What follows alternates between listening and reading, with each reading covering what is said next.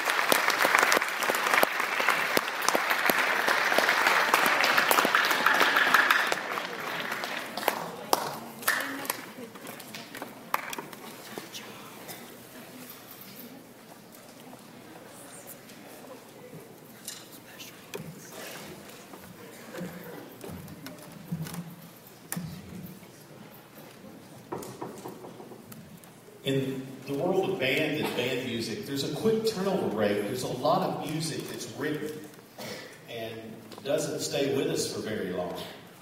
Whereas in the orchestral area, there's a body of literature that is performed often and stays in the literature, and it's hard for new pieces to break into that standard symphonic repertoire. Whereas with the bands, a lot of music comes through and is played, and you might hear it a few more times, or it might get resurrected along the way, but sometimes it just kind of goes off into obscurity.